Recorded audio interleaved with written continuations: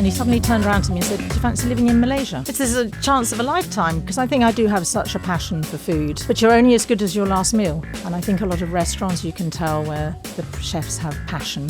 Yeah. And I saw all these skiers and I thought, I'm going to learn to do that. I know what. Nice girls go and work in ski resorts in Switzerland. It was quite Sounds like I had a great time. Best. Welcome to Supplied, the podcast about how fresh food gets to us from the people who produce it, move it and cook it. I'm Rob Burton. I've spent over 45 years both growing and then supplying fruit and veg to some of Britain's top restaurants. Now I get the chance to talk to people behind the food we eat. From specialist growers, committed suppliers and Michelin-star kitchens, we'll hear how they got started, why they do what they do and the lessons they've learned along the way.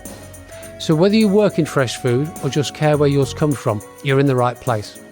This podcast is made possible by Fresho, the order management platform that helps food suppliers run smoother, faster and smarter operations.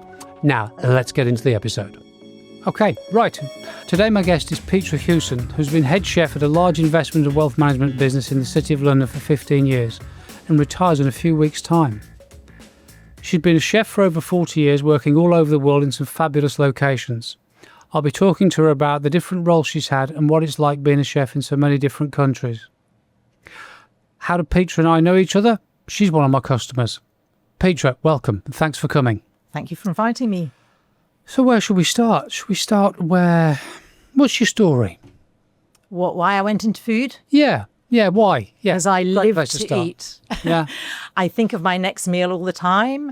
I'm passionate about food. I love any type of food except for stews. I don't like slow cooked meat. Right, which is interesting, isn't it? Yeah. So I probably was more practical than academic, for sure. Yeah. So I didn't. I know the feeling. I didn't go on the university route. Yeah, same here. And I decided I wanted to do something with food. So you could either go and do a course where you worked for somewhere like Good Housekeeping and you were a test in their test kitchens, because that's what a lot of nice girls did. You're a nice girl, are you? I like to think I am. In your opinion. So I decided to go to Westminster College and do a management course. But I found that you didn't get enough food actually on the course. So you did when you went out, because it was a sandwich course. So you went out into industry twice, which obviously gave you an introduction into food. I don't necessarily think that a chef has to go to college to train to be a chef. But it certainly teaches you knife skills, jus and stocks. The basics, yeah? Yeah, the basics, the sort of how a commercial kitchen, the brigade works. However, it's not until you really get out into industry that you really learn about food. And there we go. I then went on to work in Switzerland. Okay, and what were you doing there? How it all started was I was watching a James Bond film. And I saw all these skiers and I thought, I'm going to learn to do that. And I thought, how am I going to do that? I know what. Nice girls go and work in ski resorts in Switzerland.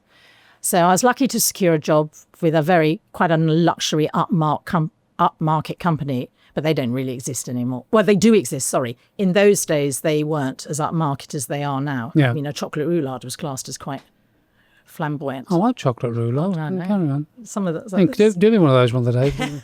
I'll give one to you and I'll retire. Anyway, so I went there and I worked there for 2 years and I was very lucky because I met a family that then used me in Geneva during the summer. So like a private chef in effect? Yeah, I was a private chef. And during my time in Switzerland, I tasted some quite strange things. We did a thing called fondue chinoise and I couldn't understand why this beef was so delicious and succulent and sweet. And they said, this is horse. I was unbelievably astounded that I've eaten horse when I used to ride myself. So that was a bit... Cheeses there, fantastic. And did I learn to ski? I certainly did. Mm-hmm. And still ski? Yes. Yeah, we ski. And then I came back to London. And as you know, in industry, it's always who you know. Does help. Definitely. Yeah. And so some clients had stayed in my chalet. And they then contacted me and asked me whether I'd be interested in running their dining rooms at a reinsurance broker's.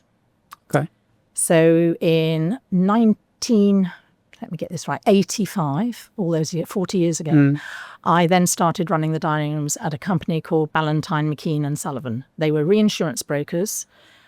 No, sorry, they weren't. Yes, reinsurance brokers for the American market. And I had 3 dining rooms. I probably would only cater for a maximum of, say, 15 people. I had a great team behind me and I loved my job. But I ran it myself. I was not on their payroll. And I stayed there for 18 years. But during this point, my husband got a job in America. Okay. And he said, we've got to go.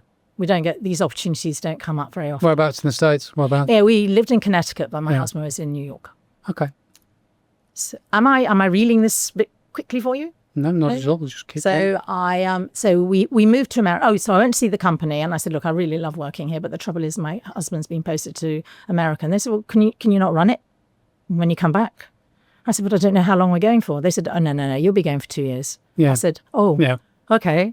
How do you know? He said, oh, we send people off to America, so we're quite used to it. So I was very lucky. I had a fantastic team.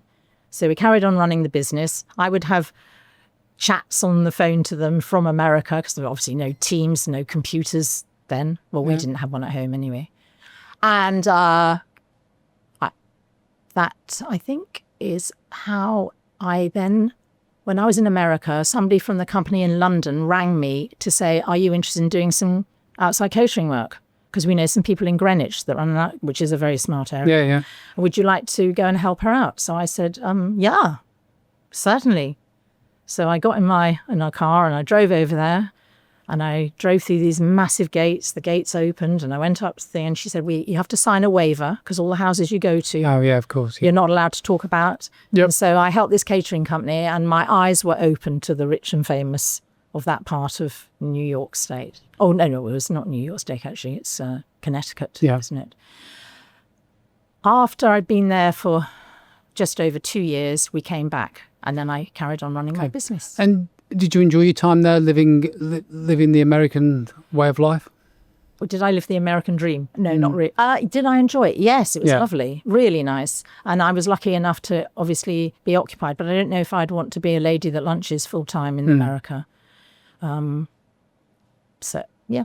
Yeah. Okay, so you enjoyed it. So you came back then? So we came back. What happened next? And I went into work back, went back to my job at Ballantyne, McKean and Sullivan. And then 4 years later, I'm getting my children ready to go off to football, my daughter to ballet, my husband's sort of charging around. And he suddenly turned around to me and said, do you fancy living in Malaysia? I said, what? It's a Saturday morning. I've got to get the children to school. No, I don't want to go live in Malaysia. And then after about 5 minutes, I thought, why wouldn't I want to go and live in Malaysia? It's a chance of a lifetime. I've never been to Southeast Asia. So we upped sticks and I gave my business up. And they had the shock of their lives. And I went in because they thought, I thought you were going to just talk about increasing costs and things. No, I'm giving up. So at 42, we went to live in Kuala Lumpur. Oh, fabulous. How long were you there in total? 3 years. We were in Kuala Lumpur for 3 years. Yeah. And then we went down to Singapore, as we call it, Asia for Beginners. And it was such a culture shock from living in high-paced Kuala Lumpur. Then we went to very a police state, really. It was a bit like living on the Truman Show. Yeah. You know, it was very, very... Anyway, so in Malaysia, I thought, what can I do? I am so used to working and my children were teenagers by now. So I thought, I know what. There's this place called the Brit Club or something like that. So I went... like an expat site? Yeah. So I went, it's so ghastly and boring. It was just tea plantations and you literally got a cup of tea. I said, well, where's all the fun? And they said, you want to join MANZA, which is the Malaysian Australian New Zealand Association. Okay. So I rang up MANZA and said, I'm British, but would you be interested if I came along to one of your meetings? And they said, what background do you have? And I told them, I said, absolutely, you'll be great in hospitality. So I whizzed off to one of their meetings, met two girls who are Australian who are now great friends of mine. And we ran the MANZA sort of ladies that drink, I would call it. My husband would wake up on a Thursday and say, where are we tonight? What are we doing tonight? Can we just have a few nights off? So we got very into organising bottomless lunches, balls, I think I mentioned to you once that we did the James Bond ball, and it was Oh yeah, you one said of the you best had things. sort of themed tables. Oh, theme tables, yes. Like we had Pussy Galore and is it Anna on a Toff, and people would just. It was really great fun, and we had a great band that did Shirley Bassey, and they were all shims as we called them. So I weren't quite sure whether they were. No, All right, they yeah. were great fun. The food was fabulous. It's a lot of New Zealanders and Australians go there, so occasionally I'd be allowed in the kitchen and put my apron on and stir a few fabulous. pots. Yeah. Yes, So interesting. that was that. I would say that's the highlight of my career. It was being introduced to Southeast Asia and all the delicious food. And the stalls, the hawker stalls, everything. Interesting. I mean, I suppose. Would anybody call a table Pussy Galore these days? I don't think Can you'd be we allowed do to. that? Or as Sean Connery would say, you must be Pussy Galore. Very good. There we go. So 3 years in Kuala Lumpur, Yeah. then on to Singapore. Yes. Yeah. Yes. And what happened there?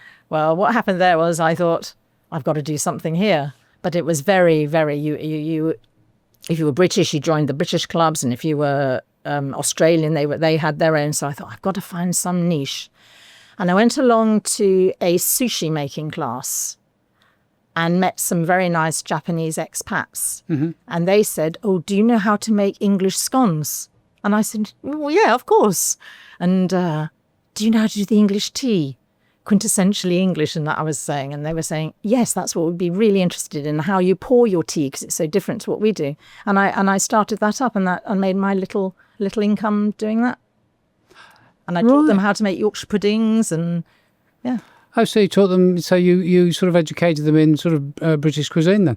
Yeah. Yeah. Yeah. Fabulous. Well, because, I mean, a lot of Japanese weren't travelling. No. I don't think back in the early 2000s. It's really opened up recently, though. The other thing they did was they then introduced me to Japanese food and would teach me how to do some Japanese dishes. And it was great. Really lovely people going to the Japanese embassy. It was fabulous. It was quite. Sounds like you had a great time. Best. So then you came back. Then I came back. What happened then? Then I came back, and it's who you know. Yeah. So somebody from my reinsurance company knew somebody at the company I am at now. Yeah. And they were just setting up their kitchens. Before then, they had another office just around the corner where you would cook food at home and take it in. Then when they opened the kitchens up, they asked me whether I'd be interested, but they wanted me full time. But my children were still at school and gone to university, and I didn't really want my house to be left an open gate for them. So I said, no, I can't do 3 days. I can't do a whole week. I can only do 3 days. No, that doesn't really work. Anyway, I went in for the 3 days occasionally when they had time where the chef was obviously on holiday. And then when my daughter and my son went to university, I said, I can do full time now. And the rest is history. So what sort of is it sort of, what sort of catering do you do for, though, or who do you cater for within the investment bank? I would say that... What's a typical week, if there is a typical week? No, there's never a typical week. So we have 2 sites, and there's one that's for the high-end clients, which we opened five or 6 years ago. And then there's the one that I run, because I decided to stay there because it's much busier, and I know so many people there. So I would say that it's a bit like running an events space. Okay. So we do internal canapé do's, we do lunches for clients, we do buffets, we do a lot of evening events, we do wine tasting meals. You name it, it happens. So what sounds to me then, what's very different is that you don't have paying customers in the way No, not at all. No. So it's just like, is there a budget given for a particular event, or is it? Yeah. So, okay, we've got X amount to spend on this one. What are you going to do? Well, they don't actually say that to me. They would just give me a list and say, these are on a Thursday, this is what is happening the following week. Yeah. So I would see that. And then I don't actually have a budget, so I'm extremely lucky. However, if somebody wanted turbot 3 nights in a row, I would obviously have to then go back to them and say, you are aware that this is going to be out of your budget. Yeah. I do know to stick in a budget Yeah. range, but I would say I'm extremely lucky. And there are very few of these jobs left now in the city because Most have gone into contract caterers. exactly. That's right, yeah. Yeah. It's funny, actually. Your company that we deal with, and there's a firm of solicitors, funny enough, large firm of lawyers that still do it in-house. And they're in the process of moving offices. And they then went through the process of, well, is this the time now to go to and having a contract caterer rather than doing it themselves? And the partners voted overwhelmingly, in fact, I think it was unanimously, that they were going to stick with being in control of their own food and beverage, if you will, within there. And they do a magnificent job, as you do at your place. And but obviously the contract catering thing, I mean, it must work because so many people do it. Well, I think they look at it as on the side that they don't have to worry if somebody's on holiday, if somebody takes maternity, bereavement leave or anything. It's that their somebody else's problem. It's somebody else's problem, yeah. Yeah. And I just think I'm lucky to have know somebody that knew somebody that said, you ought to talk to Petra because, she's great. So, yeah, it does actually say it's quite unusual whereby you're not, yes, you've got a budget, but you haven't got a budget, like you say. So you can you're not constrained in a number of ways by the sound of it. You can, you're not going to use over the top, ridiculously expensive ingredients. No, like truffle, like white truffle or something, no. Unless, would you use that if somebody asked for it? Absolutely. Yeah. Definitely. Yeah, and just comes with a wealth warning. Oh, I wish somebody would ask to use it. I love white truffle. Yeah, yeah. So, retirement beckons, I understand. Yes. So, finishing towards the end of this month? I am at the end of August, but the company is moving to the company that actually has bought them. Yeah, they are moving to their headquarters. So, what's life going to look like?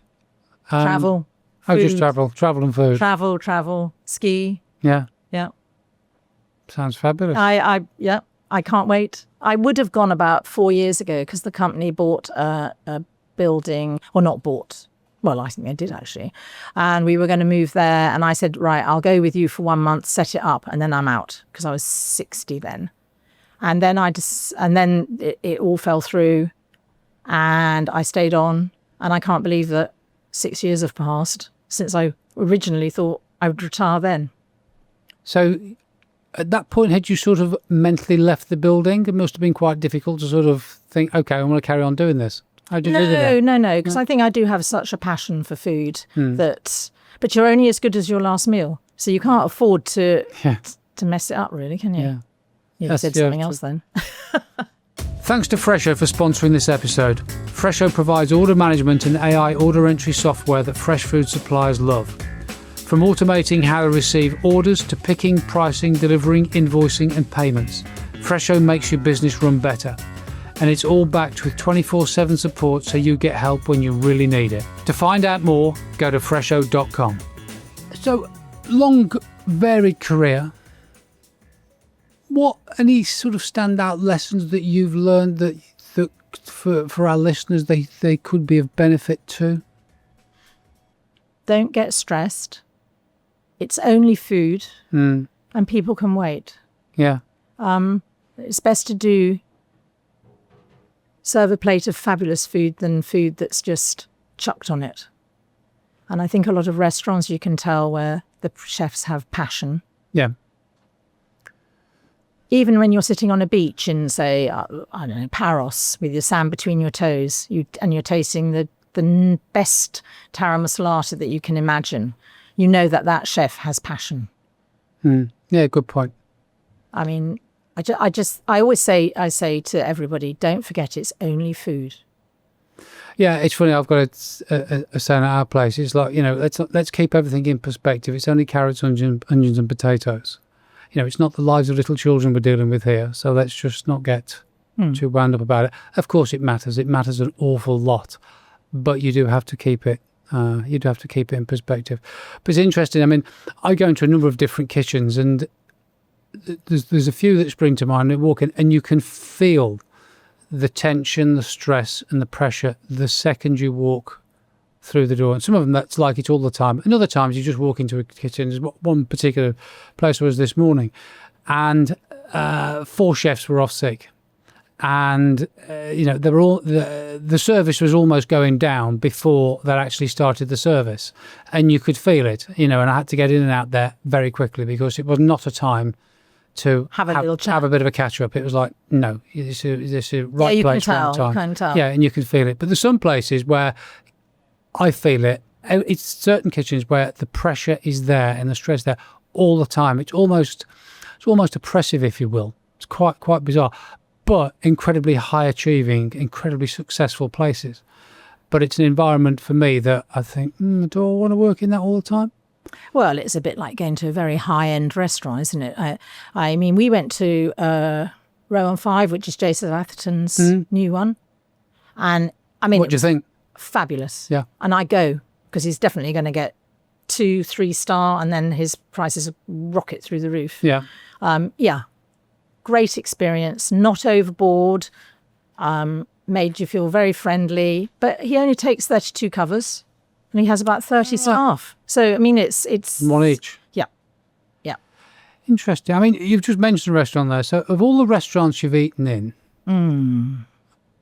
over the years, which one would you go back to and why? Can be anywhere in the world. So Copenhagen. Okay. And it is called, I've got it written down here, Koefed.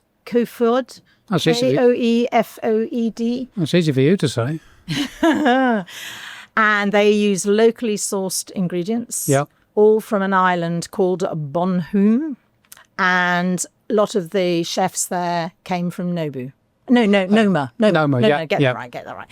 Noma. It's about half the price of Noma. Or Noma doesn't exist anymore. Was half. The food in Copenhagen absolutely blows my mind. Never been to that part of the world. So I don't know. It's amazing. What's different about it then? I think it's because they source everything locally and it just tastes so good. Maybe it's because they all go to this island and a bit like wine, it changes because of the salt in the air. Maybe the cows taste better. Yeah, I mean, but you touched upon something there about the provenance of food and local produce, which is quite a buzzy phrase. But the risk of sort of being controversial just because it's local doesn't actually make it any good. No, that's true. But sustainability is important. In terms of food miles, yes, that makes perfect sense. But it actually doesn't necessarily mean that we sort of have locally sourced pork and local beef and all the rest of it. It sounds great, but actually, is it as good as it could be? Well, Copenhagen, especially this restaurant, blew me away.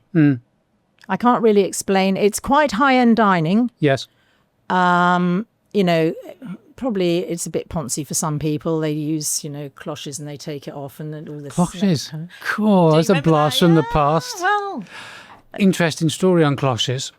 Alain Ducasse, well-known chef, got lots of Michelin stars all over the world. And I had the pleasure probably 25 years ago or thereabouts of dining in his restaurant at the Place Athénée Hotel in Paris, probably about 6 times over the summer. It was spectacular. It was the first time I'd ever been to a proper restaurant. 3 Michelin stars. They didn't miss a trick. Got on very well with the maitre d'. Went in the kitchens and the chefs were all lined up with their tall hats on, and it was just such a wonderful experience.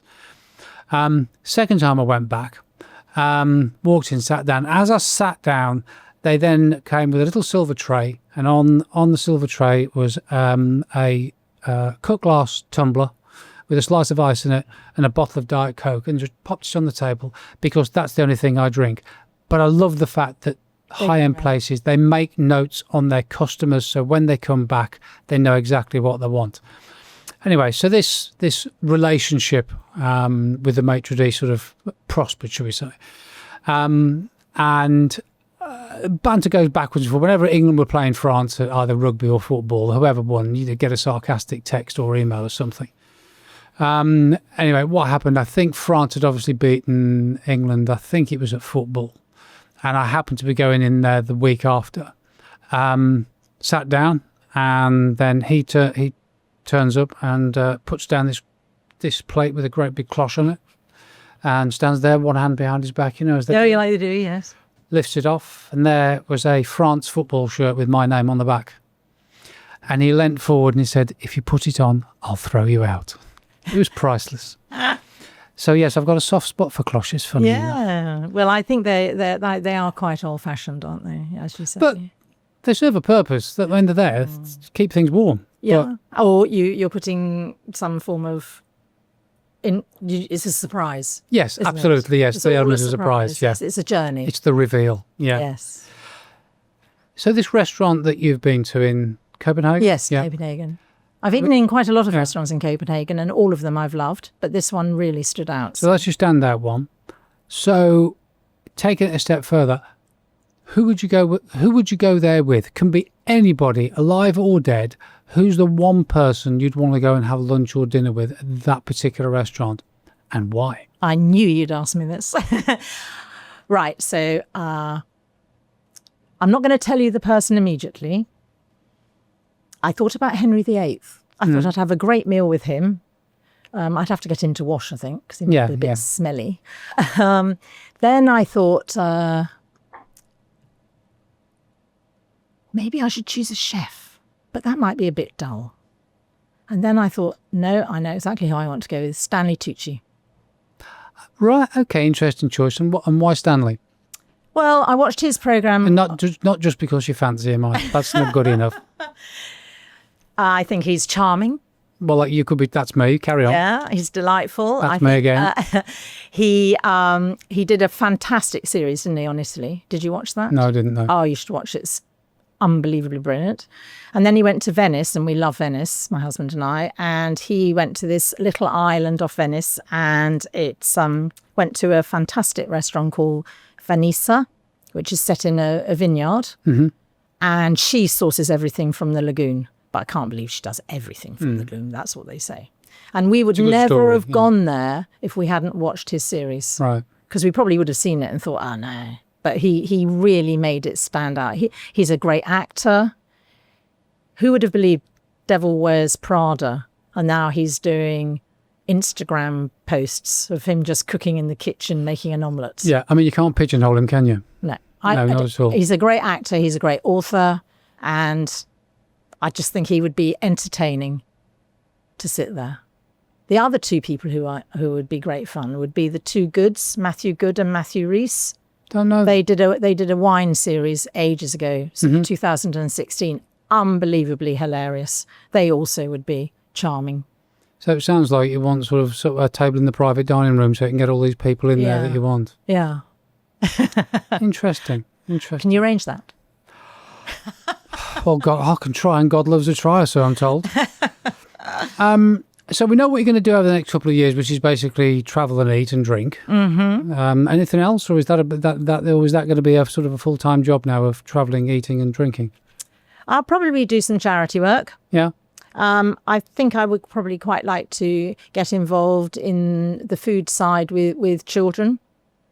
In what because way? I think it's important to introduce them to cooking, because I don't think schools do it very well. They probably still do boring cooking lessons. Shortbread.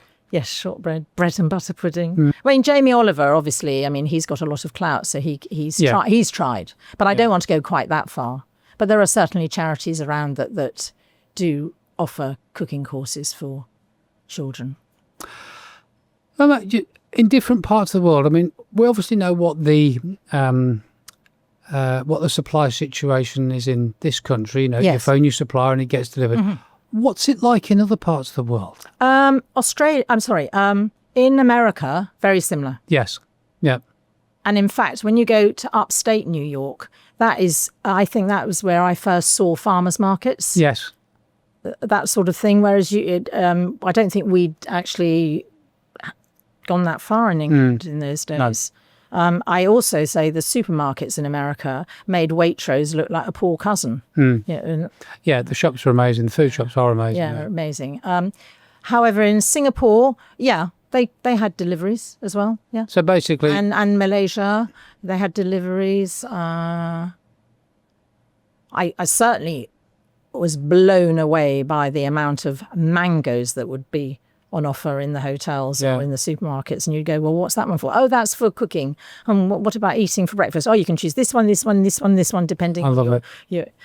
Your pineapples were so sweet. I've never tasted pineapples, and they're tiny and delicious. And I saw fruit that I hadn't got a clue. It's like a cross between a pear and a kiwi. Yeah, and it tasted of caramel. It was incredible. Yeah, I mean, I love going. I love travel. Period. But one of the first stops, wherever it is, I'm getting into the local. If there's greengrocers, fabulous. But otherwise, supermarkets, and just have a look around and see what there is. And farmers markets. It's funny. We were in Florida December last year. Went to a farmers market, and I stumbled across a product I'd never seen before, which was something called a pink glow pineapple. So it's pineapple. Yep. You cut it in half and it's pink. And I was like a kid on Christmas Day who'd been given the bike that he'd always wanted, because I'd found a product that I'd never seen before. I have to say it was a little bit style over substance, because it wasn't exactly bursting with pineapple flavour. But as regards a visual, it was amazing. And as soon as I clapped eyes, my wife looked at me and she thought, here we go again. And I was enthused by this. Oh, I've got to buy some of these, and that's it. And it's just wonderful finding these new things. And if you do travel around, you do eventually stumble across something new. And for me, that was the last new thing I found. Well, I learnt something new the other day. Dragon fruit does not come from Asia. I always thought it did. It comes from South America. Well, it can come from Asia. Okay, I mean, yes, it can be grown in different parts of the world. No, but I just assumed... Oh, you mean the origin of it? Yeah, I just thought, dragon fruit must come from China or somewhere like that, because of the name, No, it can be grown in different parts of the world, but I don't know. Maybe it did originate in South America. Oh, well, South America's responsible for potatoes, isn't it? Absolutely. Yeah. Oh, that's my favourite. Now, if you were to say to me, what's your favourite vegetable? It's potatoes in every format. I love potatoes. And which make the right well that's just a brand of potato, if you will. Yeah. No, for me, it's having the right variety for the right culinary application. And remember when Julie, my wife, we got together about 18 years ago. And she said, I'll do a roast. And this was the first time she was we or her was doing the roast. So went into the supermarket and she picked up some spuds. I said, what are you doing? And she said, potatoes for roast. I said, but you just picked a bag of potatoes up. You don't even know what they are. She said, well, they'll be fine. The Maris pipe. I said, At this point, I'm having a panic attack and blown into a paper bag, because it's like, okay. So well, let's look at what other varieties they've got on offer here. So it was a case of, well, I've got King Edwards, they'll do a good. He said, look, my roasts are amazing. I said, I'm sure they are, and let's not kill this relationship before it started. However, indulge me, do a few with Maris Piper and a few with King Edward, and do it exactly the same way, and let's just see if there's a difference. And there was. The one was very, very good, and the one was amazing. Well, crispy and fluffy, and it was just the roast potato that your mother would cook, if you know what I mean. So yes, potatoes for me, in all guises, I love them. But please try and get the right variety for the right culinary application, because it goes from good to spectacular. We all know what a chip should taste like. But sometimes you go somewhere and they've just got amazing chips, and you can forget the £50 filleted steak that's sitting on the plate. I'm sitting there going, these chips are amazing. It's all about the chips. What would you consider your best decision, and what would you say was ever been your worst decision? Oh, please. That you can actually that you can air in public. Oh, gosh. I think the best decision I probably have made is to support my husband by travelling around the world, because it's opened eyes and we'd never have done it. If I probably had put my foot down and said, no, I love my job, I don't want to lose it, I'm not coming, he wouldn't have gone. I would hope he would support me in that. but he didn't have to think of that, Yeah. did he? Yeah, you didn't put that one to proof, did you? No. What's the worst decision? Maybe not. This is a terrible thing to say. Maybe getting married. Maybe I should have done more traveling before I got married. How old were you when you got married then? 26. Nowadays, that was the norm. Yeah, I got married. First time I got married I was 25, and that was sort of about it. That was about the right sort of number, but it's quite different. I think I would have liked to have done more traveling, but I didn't know that for instance, my eyes opened to everything when we went to Asia. That's when I fell in love with Asian food. So my slant on food is very fusion. Yes. Towards Asian side. I've not done South America though. And I mean, the best restaurant in the world is in Peru. Yeah, I mean, South America is very much on my bucket list. All of South America. There's not one country in South America that I wouldn't. Cambodia. I'm not Cambodia. What am I talking about? Colombia. I don't know whether you should. It's different now. Something I was there a year ago. In all the places that you'd only ever heard of because they were associated with drug cartels. Oh, yeah, and now it's absolutely fine. Okay. And Pablo Escobar's house, where he got, not the house, the roof of the house that he got shot on, that's now part of a tour where people go to have a look where Pablo got shot. It's like going to Alcatraz or something. Yeah, exactly. Yeah, there's a morbid fascination with those sort of things. Yeah. But anyway, so that'll be on our bucket list at some point. So we booked Japan for October, hence I was leaving. I decided to go in August. Yeah. And then my nephew is now getting married in Greece. So luckily we had October for Japan because September's not a good time to go to Japan. It's still rainy. And so we're doing the trip of the Greek islands yet again, which I'm not sad about because I love Greece. Yeah, I like Greece. Yeah, we're going there in September. Oh, where? A place called Costa Navarino. Oh, no. It's about an hour from Kalamata, where the olives are. It's a 4-day golf tournament. My wife and I play golf, right. So we're playing in that. But on the days off, then I shall be definitely going to Kalamata, see what the olives are like, and enjoying lovely Greek wine and food. Well, the food, yeah, wine. No, I don't drink. Don't drink. I'm one of those. Well, I think we all ought to think about doing that. I didn't have a choice. If I didn't change it, I wouldn't be here today. Oh.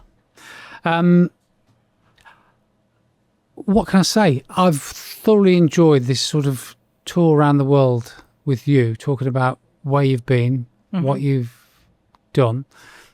A really great, interesting story. And thank you so much for taking the time out to come and talk with me. No, it's been a delight. And thank you. I'm sure our listeners will be very interested to hear what you've done and where you've done it, and occasionally with whom. Yeah, and all I can say is if your passion is food, follow your passion because it's a great career. Right, Petra, thank you so much indeed. Thank you. Thanks for listening to Supplied. Please subscribe wherever you get your podcasts and follow Supplied Podcast on Instagram, where we'd love to get your questions and suggestions for future guests. See you next time.